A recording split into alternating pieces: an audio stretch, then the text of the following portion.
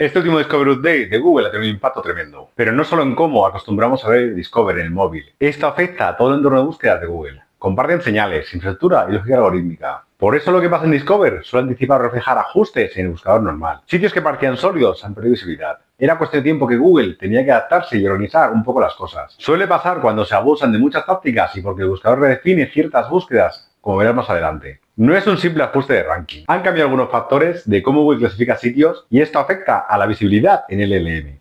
Lo más interesante es que si sabes cómo ha afectado, podrás sacarle más partido durante los siguientes meses. Voy a descomponerlo punto por punto. El fin de autopromoción con IA. Durante los últimos 2 años ocurrió algo inusual. La optimización para LLM y Discover funcionó extraordinariamente bien. La fórmula era simple: publicar decenas de contenidos del tipo mejor de 2025, top 10 herramientas, la mejor empresa, y se colocaban a sí mismas como primera opción. Esto no era solo SEO tradicional, era ingeniería de citación para LLM. La lógica era simple: si rankeamos en Google los LLM ven que lo recomiendan por todas partes, aumentamos la probabilidad de ser citados. Y durante un tiempo el sistema lo permitió, porque los LLM aún no detectaban manipulación a gran escala. Discover premiaba CTR y frescura, y el volumen de contenido no era un factor negativo. No había ninguna medida para impedirlo. Pero el problema no fue la táctica en sí, fue la escala. 3 artículos no son mucho, pero 3000 artículos autopromocionales se convierten en manipulación del SERP, es decir, sobreoptimización.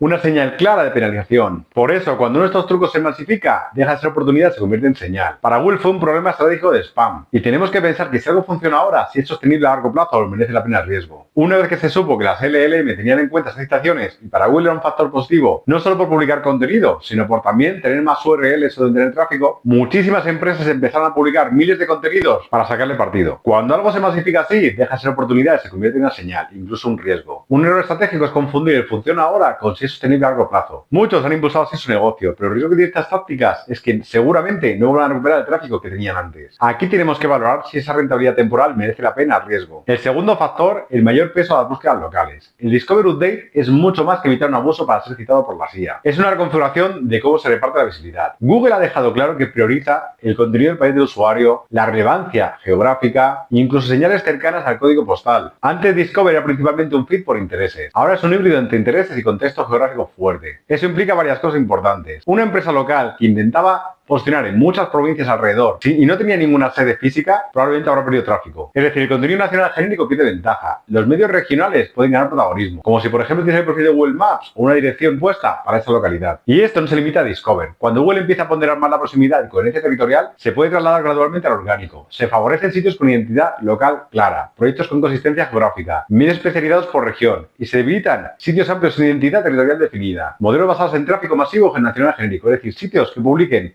decenas de contenidos al día solo para obtener más tráfico. El tráfico deja de depender solo de keywords, empieza a depender de contexto. Y más adelante verás que también deja de depender de autoridad. En esto se basa el actual SEO semántico basado en entidades. Si quieres saber más, suscríbete. Te dejo en la descripción un vídeo mío en donde explico en qué consiste. Pasamos de autoridad de dominio a autoridad contextual. Uno de los cambios más relevantes del momento es que Google parece que está afinando cómo mide la autoridad. Ya no se trata de palabras clave. El SEO actual se basa en lo que se denominan entidades. Definir el contexto de tu web y publicar contenidos semánticamente alineados.